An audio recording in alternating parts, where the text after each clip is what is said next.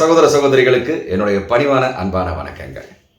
இன்னைக்கு ரொம்ப ரொம்ப ரொம்ப முக்கியமான டாபிக். இதை எல்லாருமே தெரிஞ்சுக்கணும். உங்களுக்கு தெரிஞ்சிருந்தாலும் இன்னொரு தடவை நான் இதை ரீவைண்ட் பண்ணுறதுனால உங்களுக்கு திரும்பவும் அது ஸ்பார்க்காக இருக்கும். யாராவது நமக்கு கெடுதல் பண்ணக்கூடியவனோ இல்லை ஏதோ ஒரு விஷயமா பண்ண சரி அவன் குறுக்க வந்துட்டாரோ இல்லை உங்கள் வாழ்க்கைக்குள்ளே அவன் வந்துட்டாரோ சரியான ராவுகாலம்பா அவன் வந்தானே உருப்படாத காரியம் போச்சு போ அப்படின்னுவோம்.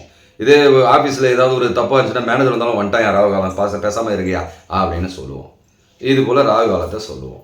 அதே போல் யமகண்டத்தில் எந்த வேலையும் செஞ்சாலும் சில பேர் என்ன சொல்லுவாங்க, அப்பா யமம்பா அவன் பார்த்து போகணும் அப்படின்வாங்க. ஸோ இந்த ராகு காலம் யமகண்டம்ன்றது நம்ம நாட்டில் ரொம்ப மெயினான ஒரு விஷயம். இப்போ இந்த ராகு காலத்துல எந்த காரியங்களையும் செய்யக்கூடாது, குழப்பமடையும் அப்படின்னு நம்ம பெரியவங்க சொல்லி வச்சிருக்காங்க.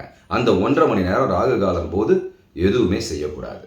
ஏன் காரணம்னா, ராகு என்பது நிழல் கிரகம். இந்த நிழல் கிரகம் என்பது பிரதி எடுத்து வச்ச மாதிரி. நிழல் என்பது மறைக்கக்கூடியது. ப்ளஸ் அது தன்னுடைய நிழலையே பார்த்து சில பேர் குழப்பம் அடைகிறது உண்டு.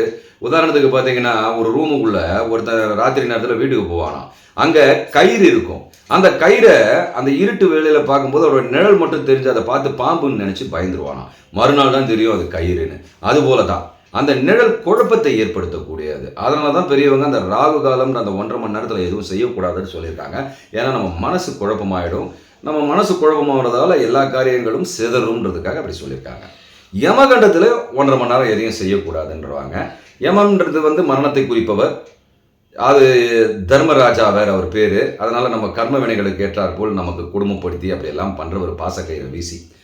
ஸோ இந்த யமகண்டத்தில் நாம் எதை பண்ணாலும் மரணம் எதை குறிக்கும், முடிவை குறிக்கும்.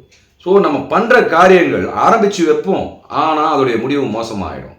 மோசமான முடிவு தான் கிடைக்கும். அதனால் யமகண்டத்தில் எந்த காரியங்களையும் செய்யவே செய்யாதீங்க, பயணங்களை ஒத்தி போடுங்க இப்படின்னு சொல்லுவாங்க. சரி, இதெல்லாம் இந்த ராகு காலம் யமகண்டத்தை கூட நம்ம ஓரமாக வச்சுருவோம். இந்த ராகு கேது இப்படின்னு சொல்கிறாங்களே நிழல் கிரகம், இவர் எப்படி வந்தாருன்றதை மட்டும் நம்ம பார்த்துட்டு முடிச்சுக்கலாம் வீடியோவை. ஆக்சுவலாக தேவர்களுக்கு ஒரு ஆசை, நம்ம சாகாவரம் பெறணும் அப்படின்ற ஒரு ஆசை. சாகவே கூடாது அப்படின்னும் பொழுது அப்போது உங்களுக்கு ஒரு பிரம்மா விஷ்ணு இவங்கெல்லாம் ஒரு கருத்து சொல்லுவாங்க. அப்போ இவங்க என்ன பண்ணுவாங்க, உங்கள் பேச்சை கேட்டு திருப்பார்கடலை கடையிறதுக்கு முடிவு பண்ணுவாங்க. வாசுகி பாம்பையும் மேரு மலையையும் மத்தா வச்சுக்கிட்டு தேவர்கள் இந்த பக்கமும் அசுரர்கள் இந்த பக்கம். ஏன்னா தேவர்கள் அசுரர்கிட்ட சொல்லுவாங்க, வாங்க எங்களுக்கு ஹெல்ப் பண்ணுங்கள், உங்களுக்கும் நாங்கள் சரி பங்கு தரோம்னு சொல்லுவாங்க. சரி, இவங்களும் நல்லா திருப்பார்கடலை கடைவாங்க. அதுதான் உங்களுக்கு தெரியும். அங்கேருந்து மகாலட்சுமி வருவாங்க, நிறைய காமதேனு பசு, இந்த மாதிரி நிறைய ஏகப்பட்ட விஷயங்கள் வரும். கடைசியாக அமிர்தம் வருங்க. இந்த அமிர்தத்துக்காக தான் அவங்க வெயிட் பண்ணிட்டு இருந்தாங்க. இந்த அமிர்தத்தை குடித்தா மரணம் என்பதே நிகழாது ஒரு மனிதனுக்கு. அதனால் என்ன பண்ணுவாங்க, அசுரர்களுக்கு இது தெரியாமல் தேவர்கள் மட்டுமே பருகணும். ஏன்னா அசுரர்கள் சாப்பிட்டா அவங்க மரணமில்லா பெருவாழ்வு அடைஞ்சா உலகத்துக்கே டேஞ்சர். ஏன்னா அசுரன்னா அசுர குணம், தவறான குணங்கள். எப்போ பாரு அடுத்தவங்களை பற்றி குறை சொல்கிறது, அடுத்தவங்களுக்கு இழிவாக பேசுறது, அடுத்தவங்களை வதையை கொட்டுறது, இந்த மாதிரியான குணம் கொண்டவங்கள்லாம் அசுர குணங்கள். இந்த அசுர குணம் படைத்த அந்த அசுரர்களுக்கு இந்த அமிர்தம் போச்சுன்னா அவங்க சாகாவரம் பெற்றுட்டாங்கன்னா உலகத்துக்கு கஷ்டமாயிடும்ன்றதுனால தேவர்கள் அவங்களுக்கு விஷ்ணு என்ன பண்ணுவார், மோகினி அவதாரம் எடுத்துருவார். சரி, அவங்கள ஏமாற்றி உங்களுக்கு மட்டும் கொடுத்துடலாம் அப்படின்னு சொல்லி எல்லாரையும் உட்கார வச்சு சாப்பிட வைக்கும்போது அதில் ஒரு ஒரு அசுரம் மொத்தம் இருப்பான். அவன் என்ன பண்ணுவான், தன்னுடைய உருவத்தை மாற்றிக்கிட்டு தேவர்கள் மத்தியில் போய் உட்காந்துருவான். ஸ்வர்பானுவோ என்னவோ அவர் பேர்.